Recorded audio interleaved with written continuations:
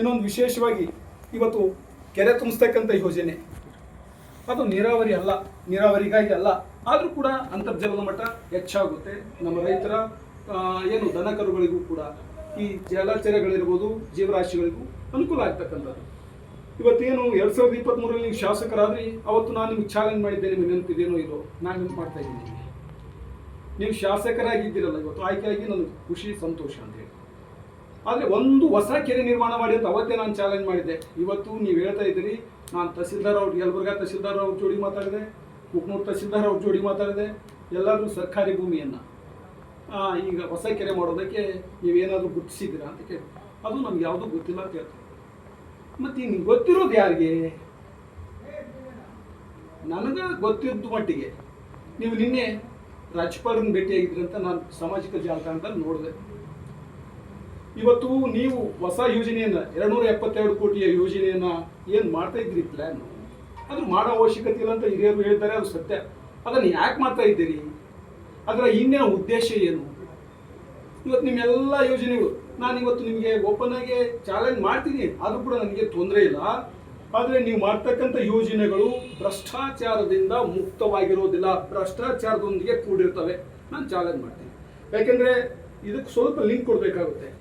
ಈ ಭ್ರಷ್ಟಾಚಾರಕ್ಕೂ ಸನ್ಮಾನ್ಯ ಬಸವರಾಜರಾಯ ರೆಡ್ಡಿ ಅವರು ಅತ್ಯಂತ ಕ್ಲೀನ್ ಆ್ಯಂಡ್ ಸನ್ಮಾನ್ಯ ಬಸವರಾಜರಾಯ ರೆಡ್ಡಿ ಅವರೇ, ಇವತ್ತು ಬನ್ನಿಕೊಪ್ಪ ಬಸ್ ಸ್ಟ್ಯಾಂಡ್ ನೋಡಿ, ಯಲಬುರ್ಗಾ ತಾಲೂಕಿನ ಬನ್ನಿಕೊಪ್ಪ ಬಸ್ ಸ್ಟ್ಯಾಂಡು 2 ಕೋಟಿ ಎಲ್ಲ ಮಿಕ್ಸ್ ಮಾಡಿಬಿಟ್ರೆ ಪಾಪ ಅವ್ರಿಗೆ ಯಾವ್ದನ್ನ ಹೈಲೈಟ್ ಮಾಡೋದು ಸ್ವಲ್ಪ ಗೊತ್ತಾಯ್ತು. ವಿಶೇಷವಾಗಿ ಈ ಭ್ರಷ್ಟಾಚಾರ ಹೆಂಗ್ ಮಾಡ್ತಾರೆ ಅಂದ್ರೆ, ಸನ್ಮಾನ್ಯ ಬಸವರಾಜರಾಯ ರೆಡ್ಡಿ ಅವರು ಆ ಬನ್ನಿಕೊಪ್ಪ ಬಸ್ ಸ್ಟ್ಯಾಂಡ್ ಆಲ್ರೆಡಿ ಇತ್ತು.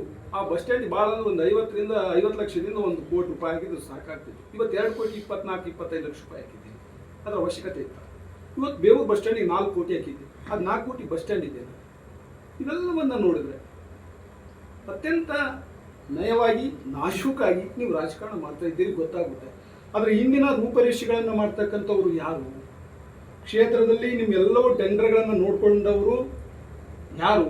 ಅದು ಕ್ಷೇತ್ರದ ಜನತೆ ಗೊತ್ತಿದೆ. ಅದು ಒಂದು ಯಾವುದೋ ಒಂದು ಜರ್ಸಿ ಹಾಕ್ಲ ತಂದಿದ್ದೀರಿ ಉನಗುಂದದಿಂದ, ಅಲ್ಲಿ ಅವ್ರು ಏನು ವಿಜಯಾನಂದ ಕಾಶ್ಯಪ್ನವರು ಅದನ್ನೇ ಕೆಚ್ಚಲು ಕೊಯ್ಕೇಳ್ರಿ ಬಿಡ್ಬೇಡ್ರಿ ಅಂತ ಹೇಳಿದ್ರು. ಅಂತ ಜರ್ಸಿ ಹಾಕಲು ನಮ್ಮೆಲ್ಲರಿಗೂ ವಿಧಾನಸಭಾ ಕ್ಷೇತ್ರದಾಗೈತಿ. ಮತ್ತು ನಿನ್ನೆ ನಿಮ್ಮ ಜೋಡಿ ಅದು ರಾಜ್ಯಪಾಲರೊಂದಿಗೂ ಕೂಡ ಕರ್ಕೊಂಡೋಗಿರಿ ಲೋಕಭವನಕ್ಕೆ.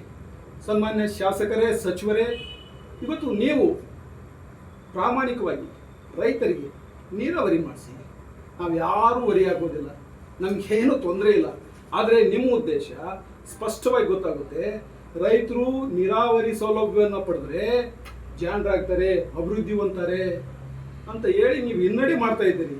ಇವತ್ತು ನಮ್ಮ ಕಲ್ಯಾಣ ಕರ್ನಾಟಕ ಭಾಗದ ಸಂಪೂರ್ಣ ಹಿಂದುಳಿಕೆಗೆ ನಿಮ್ಮಂಥ ಹಿರಿಯ ರಾಜಕಾರಣಿಗಳೇ ಕಾರಣ. ಸದನದಲ್ಲಿ ಕಲ್ಯಾಣ ಕರ್ನಾಟಕದ ಬಗ್ಗೆ ತುಟಿ ಎತ್ತೋದಿಲ್ಲ, ತುಟಿ ಬಿಚ್ಚೋದಿಲ್ಲ. ಮಾತಾಡ್ರಿ ಸದನದಲ್ಲಿ. ಇವತ್ತು ಇದೇನು 272 ಕೋಟಿ ಬಗ್ಗೆ ಚರ್ಚೆ ಮಾಡಿರಿ ನೀವು, ಅದನ್ನು ಯಾಕಿಡ್ರಿ? ಅದರ ಲಾಭ ನಷ್ಟ ಏನು? ಹಿಂದೆ ಇತ್ತು ಯೋಜನೆ ಆಲ್ರೆಡಿ, ಮತ್ತು ಹೊಸ ಕ್ಯಾನಲ್ ಮಾಡೋದಕ್ಕೆ ಅವಶ್ಯಕತೆ ಇತ್ತಾ? ಯಾಕೆ ಮಾಡ್ತಾ ಇದ್ದೀವಿ? ಇವೆಲ್ಲವೂ ಕೂಡ ಚರ್ಚೆ ಆಗಬೇಕು. ಜೊತೆಗೆ ಇದಕ್ಕೆ ವಿಶೇಷವಾದ ತನಿಖಾ ತಂಡ ರಚನೆ ಆಗಬೇಕು. ಇಲ್ಲದಿದ್ದರೆ ನಿಮ್ಮ ವಿರುದ್ಧ ಹೋರಾಟವನ್ನು ಮುಂದಿನ ದಿನಗಳಲ್ಲಿ ಹಮ್ಮಿಕೋಬೇಕಾಗುತ್ತೆ ಅಂತಕ್ಕಂಥ ಎಚ್ಚರಿಕೆಯನ್ನು ನಾವು ಕೊಡ್ತಾ ಇದ್ದೀವಿ.